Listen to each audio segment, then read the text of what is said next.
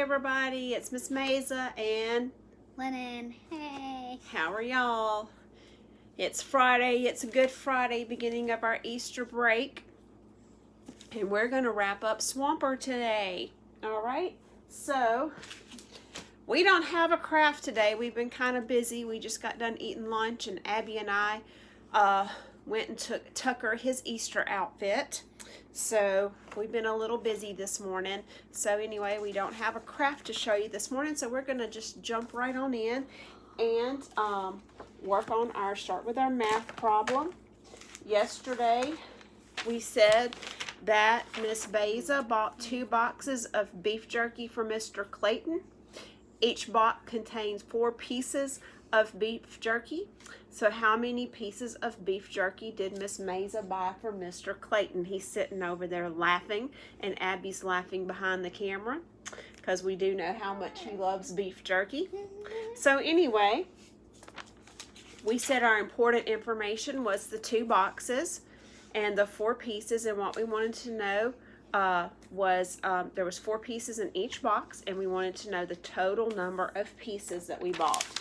So, a couple of things that we could do. First of all, we could draw an array. We had 2 boxes, so that could be our rows, and we put 4 in each row. Or Miss Maza also drew the 2 boxes and put 4 dots representing each piece of jerky, of beef jerky that's in the box. So then we would make our number sentence. So that's 2 groups of 4. So 2 times 4 equals, if I counted them or if I knew my multiplication facts, I know that that equals 8. 2 times 4 equals 8. So we have to write our answer out in a complete sentence, and I would say Miss Maza bought Mr. Clayton 8 pieces of beef jerky. I know this because I made an array of 2 rows with 4 dots in each row, the dots representing the beef jerky. So 2 times 4 equals 8. But if I did the boxes, I could have wrote it like saying, I know this because I drew 2 groups or boxes, and I put 4 dots representing the beef jerky in each one. So 2 times 4 equals 8. And that's how we do our read, draw, write, write. All right. So our question for tomorrow is Miss Maza cooks 3 meals a day. How many meals does Miss Maza cook in a week? So what is some of our important information? Well, let's look. It says that she cooks 3 meals a day. And it wants to know how many, like the total number, does she cook in a week. Now, one thing we might need to know is how many days are in a week. So how many days are in a week? Lennon, do you know how many days are in a week? 7. 7. Let's count our days to make sure. Say them with me, Lennon. Sunday, Monday, Tuesday, Wednesday, Thursday, Friday, Saturday. So there are 7 days in a week. So I'm going to write that. 7 days in a week. So that is important information that we need to know. So there's 3 meals cooked on each one of those days. 3 meals on Sunday, 3 meals on Monday, 3 meals on Tuesday, and every day of the week there's 3 meals cooked. So what is the total number of meals that Miss Maza cooks in a week? Okay, that's your question to answer for tomorrow. All right, so let's take a short brain break, and Lennon will give you his joke of the day. Why was the math book so sad? Because it had a lot of problems. Oh my goodness, kind of like what we've been solving, the problems, right? Math book had lots of problems. There's your joke. In himself, but he didn't have a pencil, and there was nobody there to solve them for him. Uh-oh. All And right. he couldn't solve them himself. He couldn't. He had to have Lennon to help him. All right, our question from yesterday asked, why are owls an important part of the ecosystem in the swamp? Why are owls an important part of the ecosystem in the swamp? And owls are one of the top predators, and they help limit or control the number of prey animals like mice and rabbits and squirrels. So that helps keep enough resources such as plants, seeds, and nuts available for swamper and other herbivores. So that's why owls are so important in the ecosystem in the swamp. Today we're going to finish up letter 12, and I've got a couple short little questions to answer for today. It says, name 3 kinds of owls that live in the swamp. Listen for the 3 different kind of owls that live in the swamp. And why are great horned owls called hoot owls? Sorry, couldn't read that backwards. Why are great horned owls called hoot owls? So listen for the 3 type of owls that live in the swamp. And why are great horned owls called hoot owls? All right. So we're going to start off. Reading. I'm going to let Lennon go ahead and start. We're picking up on letter 12 that was telling us about the owls. All right, so, and it's going to probably start off telling us one of the most common owls. They are the most common owl in the swamp. The barked owl has bars across the upper chest and dark streaks down the with this whitish features feathers of his belly, and he has serious deep eyes that peer around the swamp. As he rotates his head from left to right, the most fantastic thing about this owl is that it call that echoes across the swamp, who cooks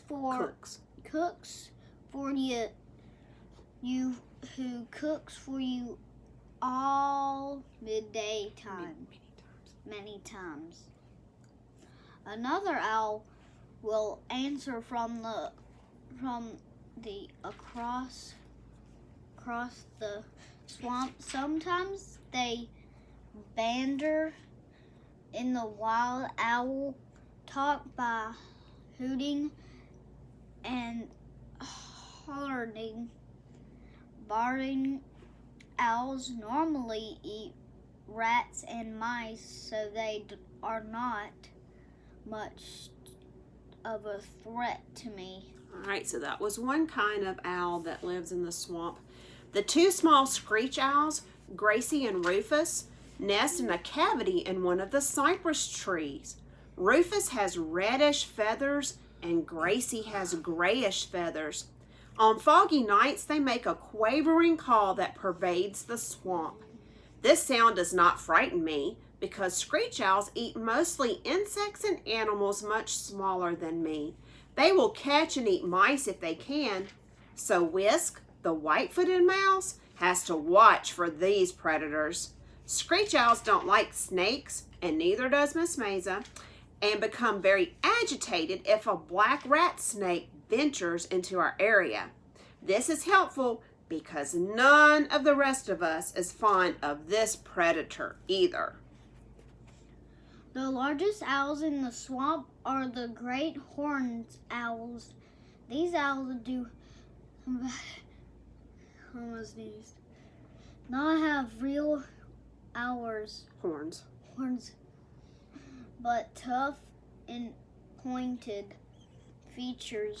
feathers on top of their head. Their eyes are large and yellow, and it's best to avoid their intense gaze. That means they have spotted you. The great horned owls calls in a soft, low hoo hoo hoo hoo hoo hoo. That's why they are sometimes called the hoot owls. Why were they called the hoot owls? Because they hoot. They say, hoo, hoo, hoo. Yeah, all right, there was a big hint. When Solo hoots in the whole force pays attention because many of us owls are haunted potential prey. Meaning that they're possible prey. They could become the prey for that great horned owl like Solo. Now, while I am young and healthy, I will use my skills, my speed, and my sharp senses to survive. Someday when I get older and slower, my own life cycle will end. I may become the prey of the owl or the fox. Those foolish crows will laugh over my bones. They won't have the last laugh, though, because one of my descendants will look up into the trees and chuckle when they see those hilarious birds. For now, I plan to enjoy life in the swamp for many seasons to come. See you later, Swamper. All right. So again, our questions for tomorrow are to name the 3 kinds of owls that live in the swamp. And we talked about all 3 of them just now. And then Lennon gave you a big hint for question number 2 of why are the great horned owls called hoot owls. So that wraps up Swamper, the letters from Swamper by Miss Amy Uchley. Tomorrow I will come on and I will probably just give the answers for the questions for today. And Miss Amy did write a PS from her, and I might just read that little section to give you some more information. But pretty much that is the end. Let me show you the pictures of the owls. But that is the end of the letters that Swamper wrote. I hope y'all have enjoyed this. I know Lennon and I have. Remember that you can write Swamper. Just have your parents message me on Facebook or email me on my teacher page, and I will be glad to get the address to you. And be sure that Swamper gets your letter. Swamper likes to write letters back to you, so sometimes they're muddy because he writes from the swamp, but it's still very, very interesting. And again, this book can be purchased from Amazon, or whenever our refugees are open, they can get it at Black Bayou as well at the Visitor Center, but right now they are closed. But again, thank you, Miss Amy Uchley. Lennon and I appreciate you doing that, and I know all my students and Lennon's friends that have been watching him, and everyone has enjoyed reading this book. All right, so we have been working on an activity, and my paper got stuck, but we've been writing our adventures of Lichen and Moss, their swamp adventures, and you're supposed to write a conclusion yesterday, a conclusion paragraph for the story. I'm going to let Lennon read his conclusion paragraph that he wrote. We ate lunch, then we went home. It was a great day. All right, so that was his conclusion paragraph. So today, it's pretty simple. What we have to do is just to edit our story, to edit your story, and rewrite the final draft, okay? And so what I'll do tomorrow when we do this is I'll just read Lennon's story to you that he wrote. We'll just read it all in one sitting. He did a great job coming up. He told me what to write. Miss Maza just wrote it down. So those were his thoughts. Good job, Lennon. I'm proud of you. Thanks. And your parents can email me your stories or post them on Facebook. All right, so now to our fun activity of the day. Yesterday, I asked you, got to pull my glasses up here so I can see. I asked you to interview your parents. So Lennon interviewed his dad, because y'all know all about Miss Maza. So I thought we'd give you a little bit of insight to Mr. Clayton. So I'll ask the question, and you can tell them how your daddy answered, okay? Mm-hmm. Lennon was a little reporter here. So what did your dad say has been the biggest change? No wall Work. and no music. All right, Mr. Clayton works at Matt's Music, and he also has a band called Hands On and plays music, and they hadn't been playing because everything's been shut down. All right, how are you finding homeschooling? Miss D is doing it. Yep, that's me. They all call me Miss D. All right, how many days have you spent inside? 18. How is your dad feeling? Pretty okay. Just ready for it to be over. I think we can all probably agree with that, right? All right. So what did your daddy say were the top 3 moments from this experience? Rise of Skywalker. With who is he watching Rise of Skywalker? Me. Yep. The food. The sleeping late. Oh, he likes to sleep late. What activities and hobbies have you most enjoyed doing? Wrestling. Washing my truck. Truck. Mr. Clayton's handwriting might be worse than Miss Maza's. And playing with Lennon. Who's that? All right. What are you most thankful for? What was your daddy most thankful for? Family time. Family time. All right. And what TV show has he watched? Six Pack. It's a Kenny Rogers movie. Kenny Rogers, the singer, passed away here a bit, so he's been watching a few of the movies there. All right, what's your daddy's newfound favorite inside family activity?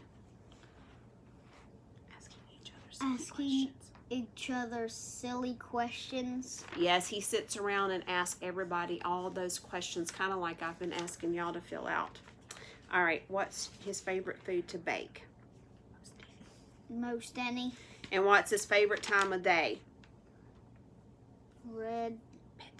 Bedtime. And what is your daddy's goal for after this is all over?